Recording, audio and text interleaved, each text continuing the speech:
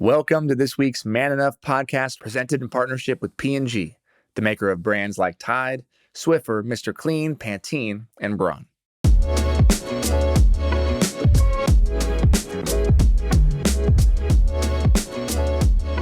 Hello and welcome to Man Enough. I am Justin Baldoni.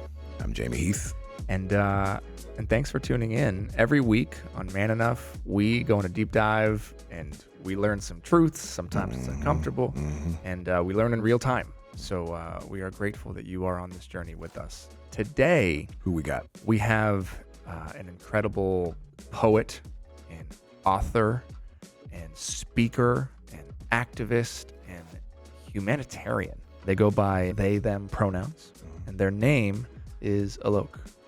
And boy, did we go to school today. This was something. You talk about learning in real time. Go into it thinking about humanity. Go into it about thinking about really what you want this world to look like. And that every person deserves to be loved and to live. So with that, if you like these conversations and you like learning and growing with us, please like and follow us wherever you listen to your podcasts. So here we go. This is a wonderful conversation with ALOK, Liz Plank, myself, and Jamie Heath. This is Man Enough.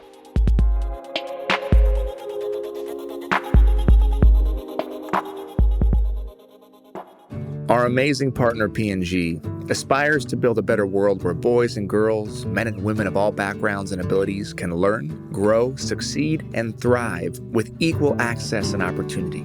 Gender bias and stereotypes can get in the way of us truly seeing and treating each other as equals. This shows up everywhere. It's in our homes, it's in our schools, and it's in our workplaces. P&G, the maker of brands like Tide, Swiffer, Mr. Clean, Pantene, and Braun, is dedicated to supporting communities like ours, like Man Enough, where we undefine masculinity.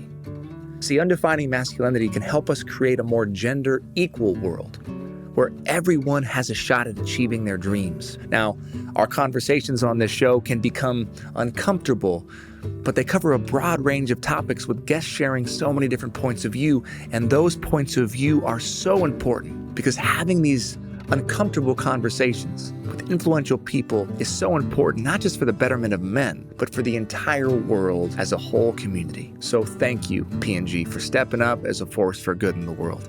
Visit pggoodeveryday.com to learn more. Hello, and welcome back to Man Enough. I'm Justin Baldoni here with the amazingly talented author Liz Plank and Jamie Heath, one of my best friends in the world, and such a special, cool human being. ALOK is with us today. Hi, everyone. Yes, ALOK, thank you so much for being with us today. A little bit about you. You are an Indian American writer and performance artist.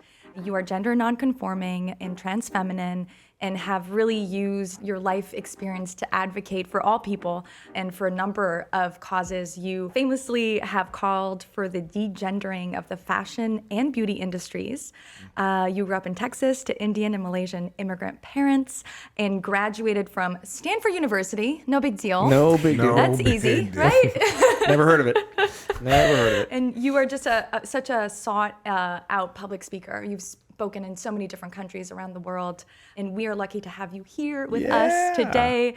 As Justin mentioned, you wrote a book called Beyond the Gender Binary, which we encourage all our listeners to go and buy.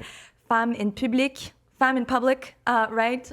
Which I'm saying with my French-Canadian accent. We really cannot wait to speak to you. Thank you so much for being with us on Man Enough. Thanks for having me. So sweet. So first thing first, can you tell us the last time you didn't feel enough? I think I have a daily relationship with a sense of inadequacy. I've written about this in the past, but when you are a non-binary person in this country in this time, there's an imposter syndrome for being alive because people don't think that we should exist. And so every day I have to remind myself they're wrong because I'm breathing. They're wrong because I'm speaking. And so I have to remind myself, not only am I enough, but the very system that has and weaponizes a criteria that would rather disappear me, that's not a system that I'll ever let evaluate me again. Okay, we can just wrap it right there. I feel like I should snap. I don't know what to do after that, except I feel like that was also poetry. This is going to happen the whole time. I know by that. the way. I'm preparing myself emotionally for it. Guilty as charged. Okay, so Beautifully articulated. thank you for that. What I wanted to ask personally is, so part of what we're doing here is I have been brushing up against my own discomfort with masculinity for my whole life, and I really didn't name it until I would say recently in the last decade. So I wrote this book, I'm going through doing this podcast to have these conversations and to like address this invisible force that governs our very existence. And for me, whenever like something uncomfortable pops up, I want to name it and talk about it, because if I don't talk about it, then I know that thousands or millions of other people are not talking about it, and I know we all feel it. So I found myself getting nervous that I was going to say he instead of they. Which you did. Which I did, and then I corrected. And then earlier I heard Liz do it, and what's funny is, first of all, I put Liz for everybody on a pedestal. Which I don't deserve to be on. She's next level, and she educates me and has been so kind and generous. And I noticed I went like, oh, okay, I feel better that I'm not the only one. And I read your book, and I understand gender pronouns, and yet I still find myself sometimes feeling nervous because I don't want to mess up or hurt you or say the wrong thing or feel like I'm taking away from your identity by calling you a he. And so I'm just wondering, do you feel people be nervous that they're going to say it wrong? This is a 101 class for listeners, because because I noticed I felt nervous and I didn't want to make you feel bad. And so I apologize if I did. I tried to correct it right away. But for anybody who's listening who maybe has never been around a gender nonconforming person, because there's way too many people that haven't. I'm just curious. So that's kind of where I wanted to start. Sure. I guess I would say welcome to the awkward choreography of being a human. Yeah. We're always going to mess up because we are indoctrinated into a world that teaches us ideology, not compassion. So it's not you speaking when you misgender me. It's everyone that has spoken to you before. And in my life, what I always try to remind people is I was not born with gender literacy. I was born hating myself and hunting myself. And I had to learn too. So other people are going to have to learn. And if that way, I think trans people can actually teach the world transition is possible, not just between genders, but between paradigms. It's so possible to learn and constantly be learning. And in fact, learning is the most delightful thing about being alive. So what I say is when you mess up, which is when you're alive, because being alive is about messing up gloriously. And I will fight for that ability to gloriously mess up, because I don't believe that humans are statues or sculptures. I believe that we're inconsistent and idiosyncratic and hairy and fat and unfurling. And that's what's joyous about being alive. What we do then is say, I'm sorry, I'm learning. It won't happen again. And then if it happens again, I'm sorry, I'm going to try even harder. And that's what love is for me, trying harder for each other. I'm going to cry. What are we going to do? I want to know how we're going to get through this podcast. That legit made me tear up just now. Thank you. Because it's just like mic drop every time. I appreciate how gracious you are with this. I don't want to make a false equivalence, but being Black, I've experienced trying to find a way to navigate through it all. And some of us who are oppressed have more capacity to deal with the bullshit than another. Doesn't make us better. It means that for whatever reason, we're able. And we need people that are able to do that so that those can learn who otherwise wouldn't. I'm sorry. I'm taking a long time getting out because I'm also getting emotional, because I personally, through my life, who champions people, I don't get it all. And I'm feeling bad that I don't get it, because you're fucking amazing. And I'm listening to you speak and I'm like, why do I not fight for them? Why do I have such passion for other things, but this one I have a disconnect with. So what do I need to unlearn? How can I help and I particularly talk about men, help them unlearn? Let's get into it. I'm non-binary, which means it's not just that I'm challenging the binary between male, female, man, woman, but between us and them. And in your statement, you said, why don't I help them, as if this struggle is not your struggle too? The reason you don't fight for me is because you're not fighting for yourself fully. And any movement that's trying to emancipate men from the shackles of heteropatriarchy or emancipate women from traditional gender ideology has to have trans and non-binary people at the forefront, because we are actually the most honest. We're tracing the root. Where do these ideas of manhood and womanhood come from? They come from a binary structure. And so that's why people like me, who are visibly gender nonconforming, who are both feminine and masculine and none of the above, we experience the brunt of all of these collective fantasies that were created that are killing other people, that are also killing us. It just looks different. And so one of the things that I try to do in my work is say, don't show up for me because you want to protect me or you want to help me. I don't need your help. I have an unshakable and irrevocable sense of who I am because I am divine. I come from people who were exterminated and targeted by colonists because the gender binary, and we can get into this, was superimposed on Black people, Indigenous people, and people of color by European colonists. And the reason that they targeted us is because they knew our power, right? So the reason that there's so much animus against me is because of my power. I don't need to be legitimized, or I don't have anything to prove. What I want us to rephrase the conversation is, are you ready to heal? And I don't think the majority of people are ready to heal. And that's why they repress us as trans and gender variant people, because they've done this violence to themselves first. They've repressed their own femininity. They've repressed their own gender nonconformity. They've repressed their own ambivalence. They've repressed their own creativity. And so when they see us have the audacity to live a life without compromise, where we say there are no trade-offs, where we say we actually get to carve in the marrow of this earth and create our own goddamn beauty, instead of saying thank you for teaching me another way to live, they try to disappear us because they did that to themselves first. So I guess I would rephrase your question to be, can you help me get free? Not, can you help me help you?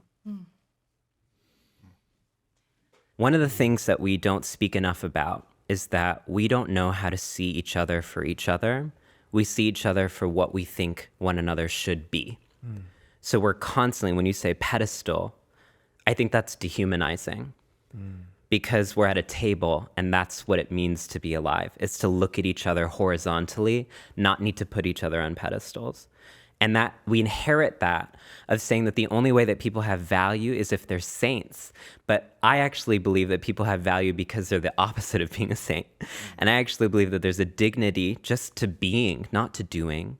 So if we actually believe that people have dignity for being, not doing, there's a kind of mercy and a kind of love that I have for everyone, because we've only been conditioned into feeling like we can be loved if we emulate some standards that were created by someone else. So people have not experienced my kind of love before. Because what I'm actually telling men is, you don't have to be masculine.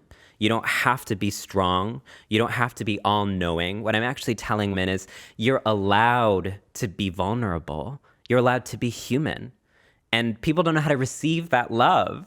And I think that's the paradigm shift I really want to move away from, is that the fear and the danger makes it so that people aren't ready to receive love. People have been taught to fear the very things that have the potential to set them free. This has nothing to do with trans and non-binary people. It's never been about us. It's not about what we look like. It's about what they feel like. And they don't know how to feel love like we can give. And that's why marginalized communities are persecuted. It's not because of what we look like, what we're saying, our identities, our pronouns, our nomenclatures, our language, our scholarship. It's because of the presence of love that people feel like they can't actually inherit on this earth. And so the reason that there's so much violence, that men are siphoning onto us is because they don't love themselves. And so they see our self-love, right? They see, I have men come up to me in New York City and say, I used to wear my mom's dresses when I was younger. And then I'll say, what happened? And they can't even articulate that. And that's where our starting ground is. You don't even have the language to articulate a wound. So you don't even know that you're hurting and that you're bleeding. And what we as trans and gender nonconforming people said is that there's a wound here, and I'm going to commit my life to actually realigning my spiritual core such that I never have to compromise myself for other people's love. And I'm going to prioritize and choose me in a world that makes me have to contour myself into someone else's fiction. And so what I tell men is this is not about accepting trans and gender nonconforming people. This is about accepting yourself. And if you do that work first, everything I'm going to say is makes sense. But if you don't do that work, everything that I say is going to be inherited as an attack from a zero-sum ideology that makes you think that if other people thrive, you must somehow lose something. That's what's happening with misogyny in this country right now. I really try to bring history into the conversation because one of the things that is really important to name is people like me are honestly delegitimized and discredited by every institution of media in this country because this kind of knowledge, they'd rather put us on a drag show and laugh at us than actually listen to us, right? We're more acceptable when we're entertaining you, not when we're educating you. So I actually want to remind people that I'm a scholar and I have certifications in everything that I study. So in the early 20th century, when women were making the claim for the right to vote, what did men do? They created postcards that actually had women dressed up as men and men dressed up as women. And they said, if women get the right to vote, we're going to be feminized and we're going to lose power. And it's going to be women who are making us do what we've done to women, take care of the kids and stay at home. Women were basically just saying, we want the right to vote. And men heard that as, I'm losing power. And then here we are 100 years later. Trans and gender nonconforming people are saying, hey, everyone, I want to be able to exist. I want to be able to walk outside without being spat on. I want to be able to live and not fear dying. I want to be able to wear what I'm wearing and not be called brave. I want to be able to actually have people regard my humanity, not some one-dimensional trope that they're getting from these racist and transphobic algorithms. And people are saying, that's a threat. Darling, the threat is a system that has made you mistake your latent disassociation as a personality. That's the threat. I mean... Are we running a cult? Because I will do whatever you want. Well, go ahead. Also, I just want to say thank you for pointing that out to me, and I am so sorry if that was dehumanizing in any way to you. I would never... Yeah. Thank you for making me aware of that. Of course. You are listening to the Man Enough podcast. We will be right back. I believe that expectations based on gender, which so many of us have heard since we were children, are at the root of so many of society's illnesses today. Now, I want to change that for my children's generation and their children's generation. And the way to do that is with uncomfortable conversations. My personal journey started with me looking in the mirror first, and then talking with my friends like Jamie and Liz. Now, over the years, we've had a lot of uncomfortable conversations, many of which I look back on now and cringe, but that means that I'm a better person today because of the conversations I had yesterday, because I was willing to sit in that discomfort and listen. I want to keep having those conversations and becoming a better human, and then share those conversations with the world through the Man Enough podcast. Our partner P&G, the maker of brands like Tide, Swiffer, Mr. Clean, Pantene, and Braun, shares that mission of creating a more equal world, a more just and equitable world, where boys and girls, men and women can all have equal access and opportunity to learn, grow, succeed, and thrive. I am so grateful for their partnership in bringing these conversations to light. Together, we can create a better world. All we got to do is stay in the room. Visit pggoodeveryday.com to learn more about how P&G aims to make it easier to create a better tomorrow. All right, welcome back to the Man Enough podcast.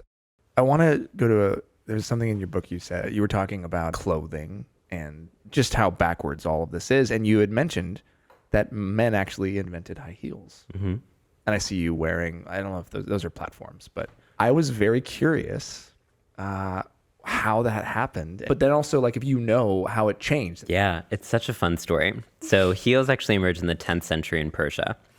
And heels are invented because of stirrups, like riding a horse. The heel makes sense to actually be in the stirrup to get a more secure footing.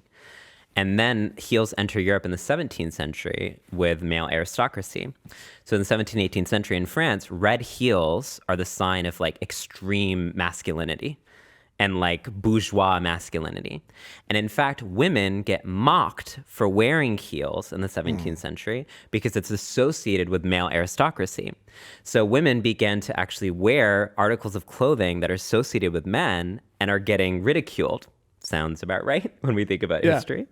And what happens is in the late 18th and early 19th century, clothing becomes to be extremely gendered in this binary way. So things that we now associate with femininity, like makeup, jewelry, adornment, wigs, leggings, heels, that only becomes gendered as feminine in the late 18th and early 19th century as part of a political project of making up the gender binary. So I'd like to explain that for people. Here's the truth. Men and women, actually 99.9% of our genes are the same, everyone. Spoiler alert. And actually, the predominant idea in Europe prior to the Enlightenment was that there was one sex. And this binary sex model actually only emerges in the late 18th and 19th century. How do you prove a new formulation? Fashion becomes politicized. Fashion becomes how you prove that there's an inherent distinction. Why did they feel the need to say that there's an inherent distinction between men and women? After the French Revolution, you have this idea of inalienable rights. So you have French women saying, hey, so if you're saying inalienable rights, like that means women get rights, right? And then men say, about that. Actually, no. About that. You are biologically different and inferior, so you have to stay at home. So how do you justify patriarchy?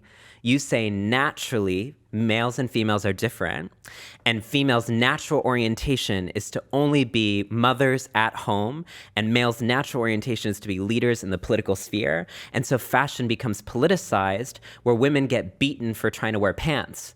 So if you read early feminist writing in the 19th century, the Dress Reform Society, the Rational Dress Society, the Dress Reform Movement, they're saying we want the right to wear pants, and that's not just about an article of clothing, it's about being able to exist in public, because at this time, public women were sex workers. People couldn't imagine women existing in the public without men, right?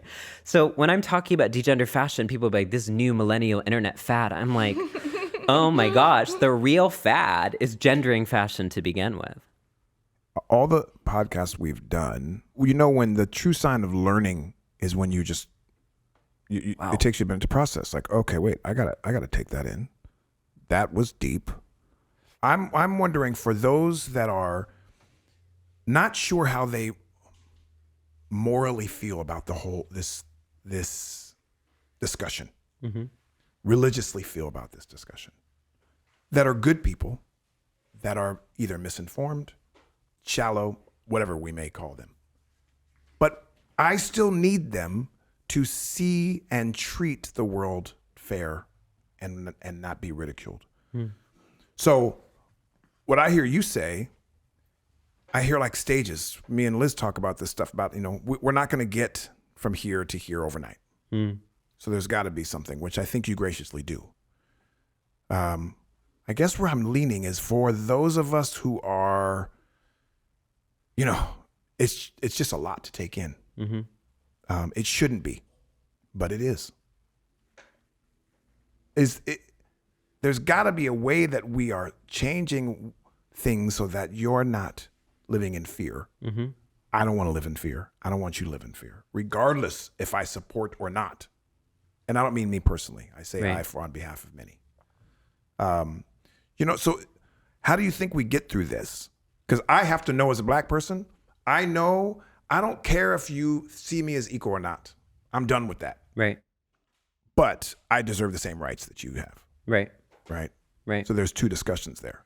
I really resonate with what you're saying, because the focus has been on comprehension, not compassion. So people will say, I don't understand. Why do you need to understand me in order to say that I shouldn't be experiencing violence? Like that equation we need to really interrogate. Like, what lack of empathy is there in that statement to be like, I just don't get it? What I don't get it becomes a shield for saying, I'm okay with you being exposed to violence. So we need to name that bluff out loud. It's never been about comprehension. It's been about compassion. Because here's the thing. You suddenly have the time to learn the things that you prioritize. But when it comes to gender nonconforming people, I don't really have the time. That takes too much time. You don't have the compassion. Let's be honest about it. It's like when people get upset, they say there's so many new words that are being created around gender and sexuality. Why weren't you taking a more public stance on the Oxford comma? You didn't care about grammar then. You only care grammar when it comes about they, them pronouns. That's actually your shield that you're not actually naming. I'm uncomfortable with ceding ground. That's what this is about. I'm uncomfortable because I feel like I have a monopoly in culture. And if anyone else who looks different than me or thinks different than me belongs, then it's at zero-sum thinking. That means I must go. But what I want to offer the world is that there's enough space for all of us. You're operating in a fishbowl, but this is a world and this is a universe. And in fact, in my universe, when you step into your power, that just encourages me to step in mine. And that's not a conflict. So the ways that trans rights gets positioned is if it's seen as an antagonistic force against tradition, against culture. That mentality, break out of it. Actually, trans rights accelerate freedom for all people. Yeah, that's right. And trans rights fundamentally actually are going to help men. Because men are going to actually be able to develop their own understandings of what manhood means to them. How does the trans and gender non-conforming movement help men specifically? Yeah. You know, a lot of non-binary people get a bad rep because people think that we're just the killjoys coming in being like, you're not allowed to be a man or a woman. Or like, if you're a man or a woman, then you're complicit in my oppression. That's not true. What we're saying is that man and woman are two of potentially infinite. And that man and woman are like two stars in the sky. And that they don't actually require diminishing one another's shine. Man doesn't have to be not woman. Woman doesn't have to be not man. Masculine doesn't have to be not feminine. Feminine doesn't have to be not masculine. And so we're saying that there's potentially as many ways to be a man as there are men. And there's as many ways to be a woman as there are women. And you get to tell me what man and woman means to you. So actually moving beyond the gender binary is not about erasing your ability to be a man or woman. It's about asking you, who are you? And that's what's going to help men, is because we've created such a rigid and stringent straitjacket of what it means to be a man that is so malnourished, ahistorical, toxic, and dangerous for all parties involved. And what I'm actually trying to say is you don't have to be that. You get to be your own man.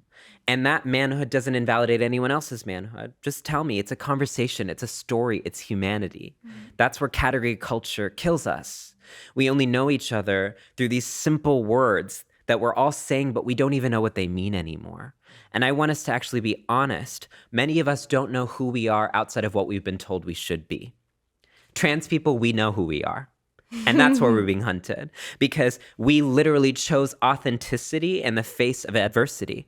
What rational decision in my life? Hey, everyone, I'm going to walk outside with a beard and a dress today. And people think that we just like, we're up to like some malicious intent. Darling, I have to deal with people throwing trash at me, right? For existing in public. I have to deal with extreme scrutiny of my life everywhere I go. Why am I doing this? I'm doing this because I know the power of authenticity. And that's what trans people teach men, cis men, is there's nothing more powerful than stepping into your truth. And that's what the healing is going to take in this world, is if we stop living someone else's fantasy of who we should be and we actually get intimate with who we actually are. So much of what you say, and I told you this before in the way that you wrote your book and even the language that you use, resonates with me as a straight, white, cis male. And that's why it was so interesting you know, even like coming up against my own biases, because it's like, you know, how could your experience and mine be so similar? And yet, strangely, they are, because it's the same system. It's the same system of oppression that makes us feel that way. And that's why I like reading your book. If anything, like it just shows, and what you're saying is so valuable and so important, because it's true. Like what your freedom, your ability to believe that you are enough, your ability to walk around the street in your own authenticity sets me free. Because I'm struggling with my own version of that. Just because you don't see me wearing a dress, I still feel walking out into the world my own version of what it is that you're feeling. And I think that that's what so many, and again, people, but this is really, you know, I wrote my book directed to men, wanting everyone to feel enough and free at the end of the day, because that was when I was digging into my version of this work. That's all I could come up with, was I want to undefine masculinity to make room for anybody who sees themselves as Beautiful. a man. That's it. Yeah. That's the purpose of my book, because I feel like it's all of the shoulds and those things that have caused me pain and suffering. But the way you are putting it, and like the idea of like comprehension versus compassion, it just was like, poof, that's it. Like I shouldn't have to understand you to love you and to want your safety. That's it. Regardless, like you could be a right-wing person or a left-wing person on the extreme side. And at the end of the day, it doesn't matter what you believe, so long as that you want this person to be loved and safe and be free existing in the world in their beauty and majesty and glory, and not have to worry about their like safety. Just like I want the same thing for you as a black man. I don't want you to have to get like worried about getting shot in the back when you get pulled over for a taillight. I don't want that for you. But yet, that's the problem. We feel like we have to understand it in order to love it. But that's so fucking backwards. So I just want to say thank you so much for risking all that you're risking for yourself and all of us, for vulnerability's sake. Because I am grateful, and I feel it's so strange. I feel what you're saying. In some ways, I feel freer sitting with you. I feel freer sitting with you. You better speak. You better talk your truth. It's not just one direction. Yeah. It's what I fundamentally believe is that when we channel our purpose on this earth, that creates the lighthouse that everyone has been searching for. For me, it's not about, I want everyone to identify as non-binary. No, you can end up wherever. Yeah. I just want you to be honest with me about your journey. And that honesty makes me want to live. Because we have to play pretend in this world all the time.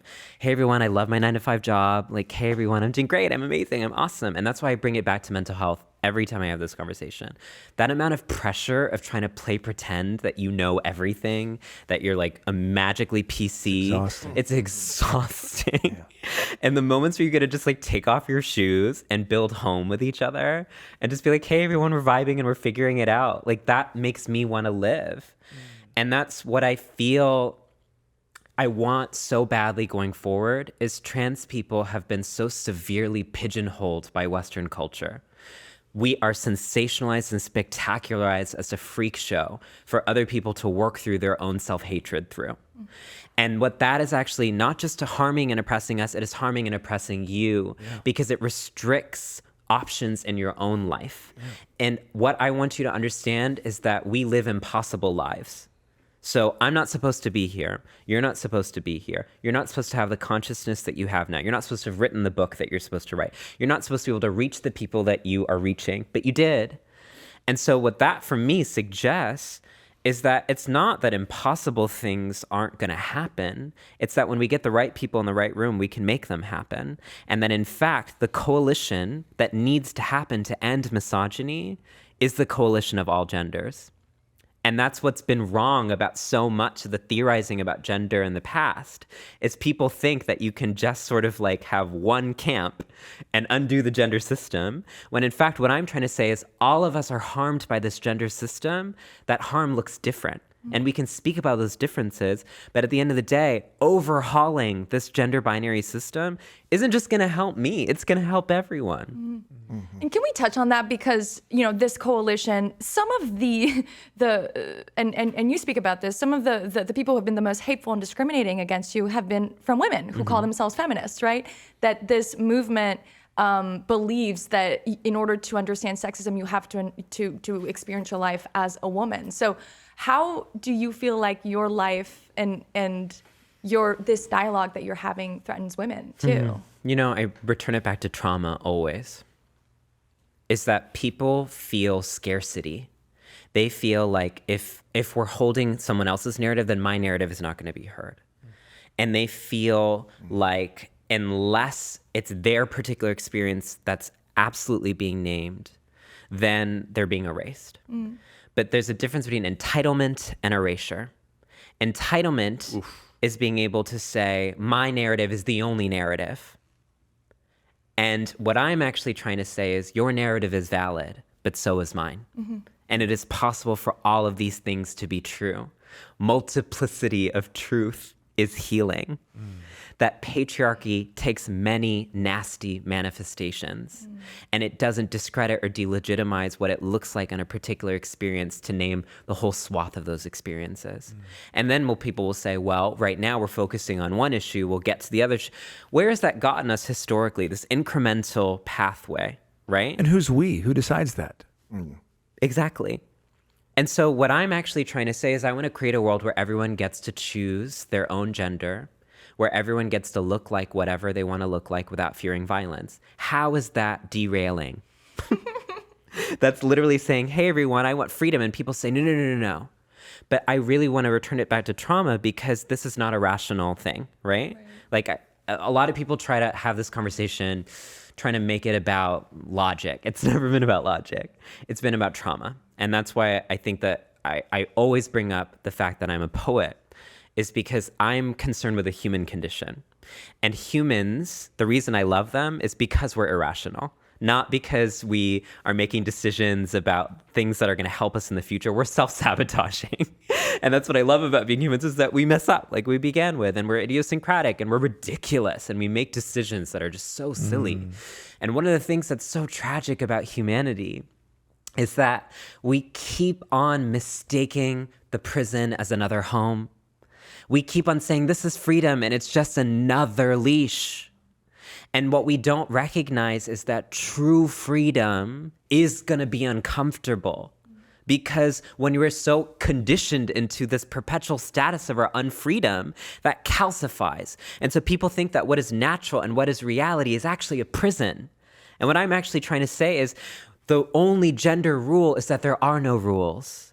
And that actually man and woman only mean what you need them to mean for you. And people hear that as a threat and not an invitation because of trauma, because they're afraid of possibility, because they've been taught that the only way that they can get love and receive love and be is by being someone else's fantasy of who they should be. But in my world that I'm creating, and in fact in the world that we have right now at this table, what I'm going to say is love means I will never understand you, but I'm going to keep on coming back. Love means I will listen to you tell the same story over and over again because the way that you tell it is different. Love means I love you because you're different. Love means I love you even if I don't understand you. I'm going to keep on trying, and we're going to struggle together to make it work. And that's why the antidote to trauma is compassion. A lot of people will project trans people as these hyper-political correct people entering the chat, policing people's discourse. You want to talk about police? Let's talk about how from 1840s until 1970s and later in this country, it was a criminal offense for me to exist in public, from cross-dressing legislation that threw people like me in prison. And you have the audacity to say that we're new. It's not that we're new. It's that you've naturalized our disappearance. And now we're in these public spaces that we weren't allowed to be in for decades. And we're actually showing you what love looks like in public. And people aren't ready to receive it. So what I say to these feminists who are not feminists is, are you fighting for freedom or are you fighting for privilege? Because privilege is the ability to monopolize. Privilege is the ability to do what was done to you to other people. That the way that we heal pain is not by transmitting it, it's by transforming it. And so what I'm saying is your pain is valid, but your use of that pain, your weaponization of that pain to harm other people, that's not valid. Let's interrupt the cycle of trauma. And to interrupt the cycle of trauma, we have to actually say that hurt people hurt people. And we're constantly trying to do what has been done to us to other people. That is what it means to be trans, is to inherit the byproduct of sexism that cis women experience from cis men. They take it out on us. It's a game of an elaborate strategy of hot potato. Yeah. And I say, let's just say that there are no potatoes and let's get a table and just start over. You know, I'm not interested in having conversations around who is the most oppressed. I'm not interested in ranking oppression. I'm not interested in those metrics of trying to say your experience is not as great as mine. What I'm interested in saying is when you understand trauma, not being seen feels like a deepest pain that there ever was. And so what I'm trying to say is that all pain is valid. And the way that we transform through that pain is actually being kind, generous, and interdependent. And connecting through that pain, which you talk about so much. It's again, I'm so grateful that you're here. It's something I wasn't aware of, first of all. So I can imagine that pain of like going through everything that you've already gone through, just fighting to be yourself and to be seen, to be loved for who you are and your choices and how you want to live your life, and then also having women attack you for that. That's a lot. I have to believe, and this might not be the right thing to say, but there's certain people in my life who I've met who at the intersection of oppression seem to have this superhuman ability to see the world in a way that I never could because I haven't had it. And I'm very blessed that I have that with Jamie. He's one of my best friends. He sees, because of his oppression, because of the pain he's been through, things that I am not able to see. I wish I could see them, but it would require me being in his body. And sitting here next to you, I feel like you have a superpower that you shouldn't have to have. You shouldn't have to have gone through everything that you've gone through. You shouldn't have had to attempt to take your life at such a young age because of what you've been through. And I'm really sorry. I'm just really sorry. And I want you to know that I will, that this conversation will stay with me.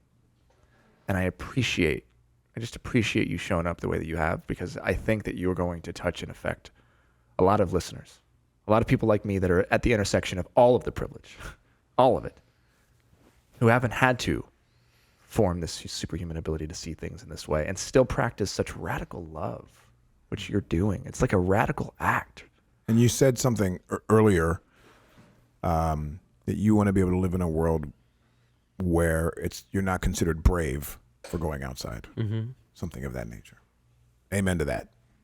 And yet, in the time that we live now, it is brave to go outside when you know that you're going to receive all of that. I'm going to get to that, but I first wanted to say thank you for witnessing my pain. Yes. Because behind that statement around bravery there's the presumption of my perpetual resilience. Like, what I need people listening to understand is I've been hunted since I can remember. I can imagine. And this is where the conversation about man enough is really important to me, because I was slotted into the category boy. And so my first forms of intimidation and harassment were in male segregated spaces, where it was other boys telling me that I was not a boy enough and that I was a girl and that I was a pussy and that I was a faggot. And the biggest irony of trans feminine life is that when I have the decency to claim those things for myself, then they say, shut up, you're a man. So they move the boundaries specifically to make me the problem, not to make their prejudice the problem, right?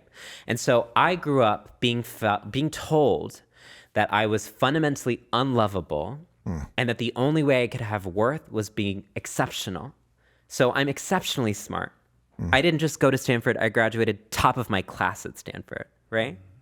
I am exceptionally well-read. I know everything. But that's a trauma response. Yeah. It's an elaborate form of begging. Yeah. It's about saying, God damn it, see my humanity. How smart do I have to be in order for you to see my humanity? How much do I have to know? And then to know it's never going to be enough because of what I look like. Because the reality of this friendship is that you could regurgitate less articulately what I just said in this podcast, and people will call you exemplary, revolutionary, groundbreaking for doing what I have been doing since I was born on this earth. Yes. And that is so painful. And the only way that I know how to proceed in a world that has marked me for that perpetual pain is mercy. Mercy for myself, mercy for you, to actually say, I need help. And I just want to tell everyone listening, I need help. I can't do this alone. I shouldn't have to do this alone. I shouldn't have to be the one that's telling people the gender binary is killing you.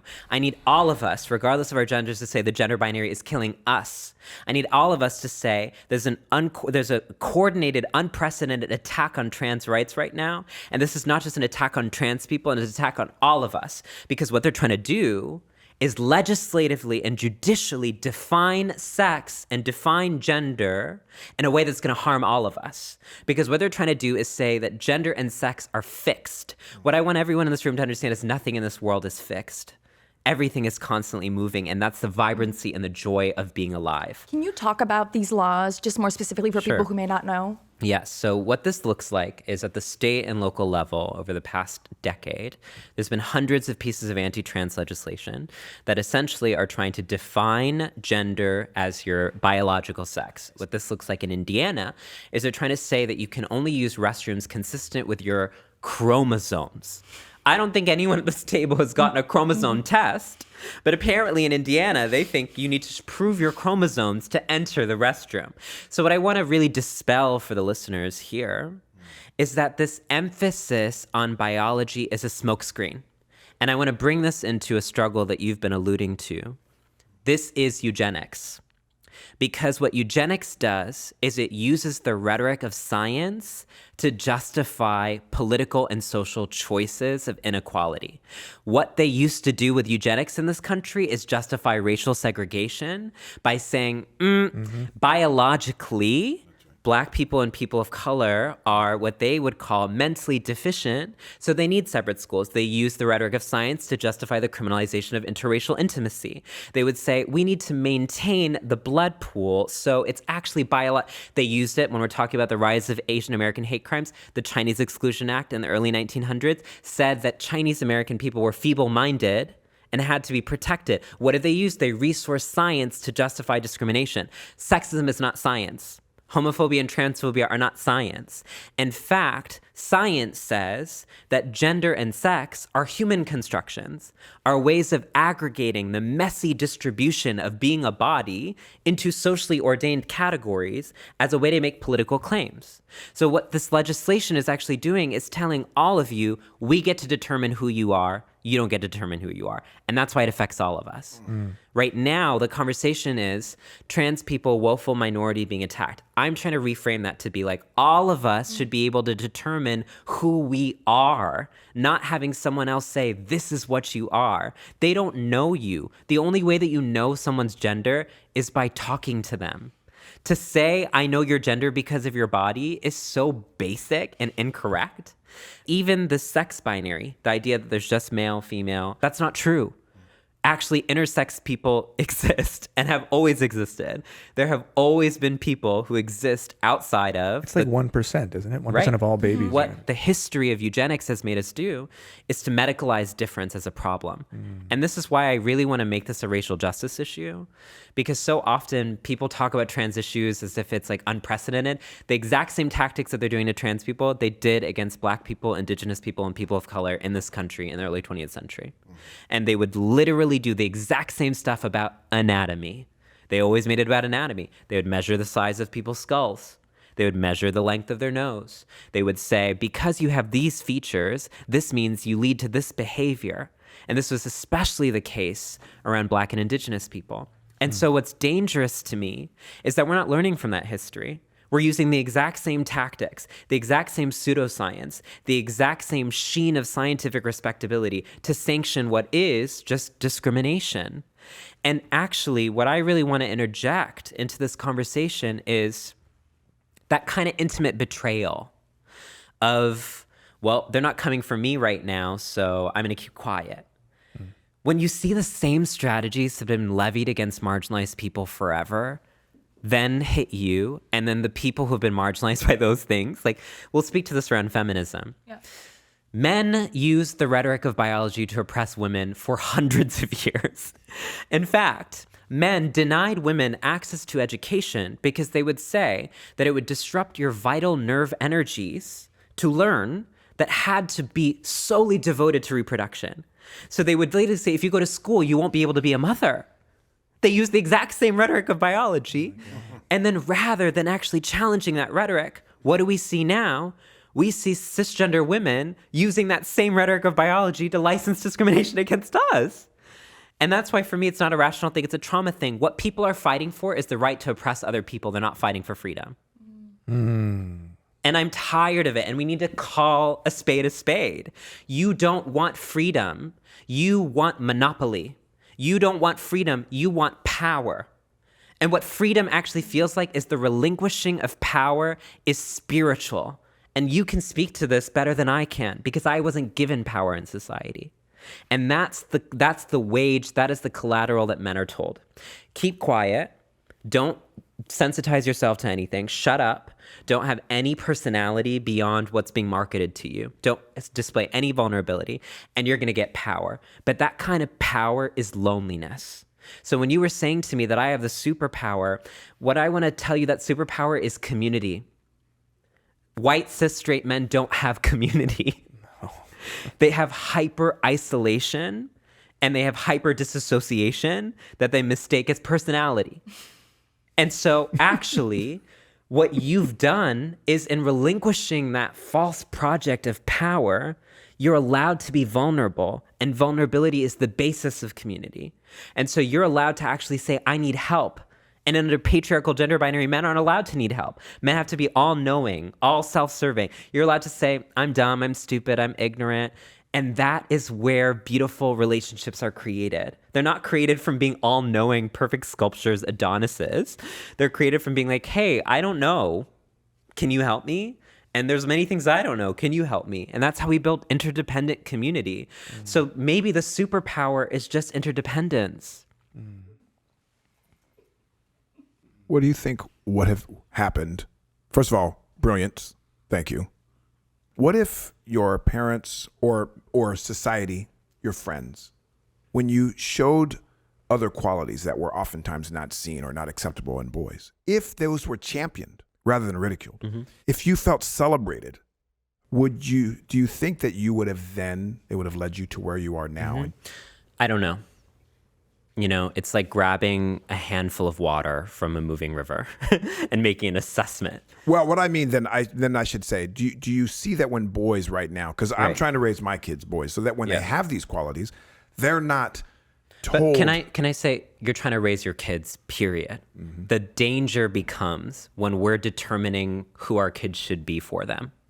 So what I actually tell all parents is, I'm not saying you must raise your child gender neutral. No. But what I'm saying is you must raise your child honest, which means checking in, being like, hey, are you comfortable wearing this? Are you comfortable with this name? Yeah, exactly. What do you want to do? And that your child is co-authoring that with you. And that's what I wasn't given. My parents were awesome. In the scheme of things, they were great, but they never asked me who I was. They assumed constantly. And so if my parents had actually, my mom tells me this story now, and I'm like, didn't you see? My dad is from Malaysia, so he grew up with British literature. And so I found the word queer through British children's literature. So before I knew queer had any connotation with gender and sexuality, I knew queer through British children's literature as just people who are different. When I was 7 years old, my mom tucked me into bed, and I said, Mom, I'm queer. And instead of my mom being like, oh, that's awesome, cool, tell me more, what does that mean to you? She didn't have that conversation with me because she took as a given that I was a boy. So the way that I'm actually trying to have this conversation is we don't know who other people are. They show us who they are. And then I think the second piece I really want to say is this is where I think being a person of color is really important to have in this conversation. What's really important to understand is that there have been societies across the world that still do and have for thousands of years recognized people who are not men or women. And that's especially the case where I'm from in South Asia, where we have a long cultural, spiritual tradition of recognizing people who are neither men nor women. So when you're asking me if I had lived in a world without this gender policing, that's also a question if I had lived in a world without colonization. If I had lived in a world where I was brought up with my own people, maybe they wouldn't even have slotted me as boy to begin with. Maybe they would have actually just seen me who I was to begin with as someone outside of this gender system. So that's why I think it's really important when I'm having this conversation, people will often be like, well, in a world without gender norms, maybe you just be a feminine boy. And I'm like, that's still a Western framework. You only can understand gender nonconformity within the binary because we didn't even get to select the options that you're filtering us in to begin with. So freedom is not to be an expressive man. Freedom is to even be able to say, maybe I'm not a man, right? Because I think people are more comfortable still with saying Alok is a feminine man. Alok is just a gender nonconforming male. But what I'm actually trying to say is no. You don't just get to give me permission and license around my gender presentation. This is about license permission around my identity. And in fact, where I'm from, historically and culturally, there are thousands of years history of people like me. And the reason that I am gender non-binary is because I love my people. And because I love being brown, and because I love being South Asian, and because I know my history. What I really want us to return this conversation to is this is not about political correctness. This is not about comprehension. This is not about allyship. This is about humanity. This is about divinity. This is about compassion. Are you interested in living in a world that has so thoroughly indoctrinated you into your disappearance that you think that painting your nails disqualifies your manhood? That's not about me, darling. That's about you. The sartorial options limited to men are not going to help us with climate change. Wearing skirts is literally the only path forward, okay? So please, this is like, I'm literally trying to save people from a sinking ship, and they're like, no, I don't want to be saved from the ship, right? So I just want us to move away from this tired and exhausting rhetoric of you transgender minority, with your sensational radical claims to love. And let's actually move to the real thing. What we're fighting for is what is right, what is just, what is beautiful, what is honest, what is. Gender and sexual diversity is. That's not a political statement, that is a factual statement. Human complexity is. And you're able to see that now. People can't see what is when they're living a fantasy of what they've been told that they should be. But you woke up. And now you can look at yourself and say, what is? What is means, hey, my body might not look like a sculpture, but that's what is. What is, hey, I might not be as much of a man, but that's what is. And that is the most beautiful thing in the world, to live in the is and the here and now. Amen. You are just a brilliant person. And when brilliant people speak, you want to hear brilliant people speak. And doesn't matter what part of the world they're from, however they identify. Why would we not want to hear and be a part of brilliance? So I appreciate you very much. I'm so grateful. I'm just so grateful that this exists and that we're doing this and we're having these conversations, because the world today could use a lot more compassion without comprehension. I think I feel like that's a bumper sticker and a t-shirt. Welcome to this week's Man Enough Podcast Rapid Fire Questions, presented in partnership with P&G, the maker of brands like Tide, Swiffer, Mr. Clean, Pantene, and Braun. When was the last time you cried? Oh my God, this morning. It's my skincare routine. Your skincare routine? Yeah. Hey. Same. Fresh tears. When was the last time you apologized to someone? This morning, I apologized to myself. 70 years in the future, you are a ghost at your own funeral. What are you hoping is said about the way you moved through the world? Alok tried their best. Period. And finally, what does it mean? We can actually say, what does it mean to be man enough or enough? It means to be valued for what is, not what should be. It means to be present on this earth, to laugh and hear your own laughter, to cry and feel your own tears, to smile and feel the own musculature of your own face.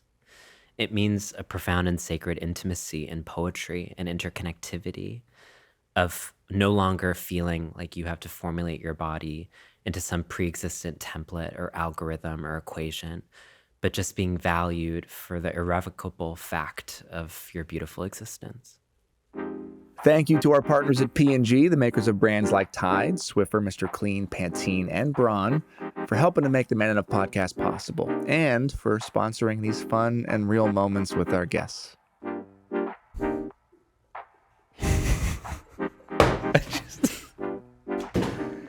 Well, All right. you are enough. Thank you so much for coming here. Thanks for having me. So appreciate it. We will be, Jamie's taking off his headphones. We will be right back with a recap. Thank you so much for listening to Man Enough.